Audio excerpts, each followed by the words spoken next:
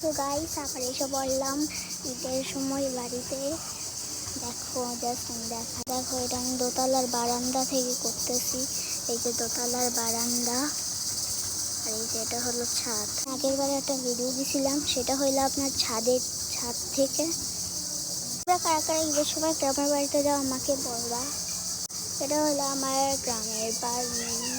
চারদিকে অনেক ঝিঝি পোকা ডাকতেছে, কারণ আমাদের গ্রামের বাড়ি একটা জঙ্গলের সাইডে।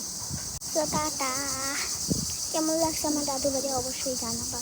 আজকে অনেক ক্লাউডি ওয়েদার, আমি তোমাদেরকে জাস্ট দেখাবো। দেখো গ্রামের বাড়িতে কত ক্লাউডি ওয়েদার।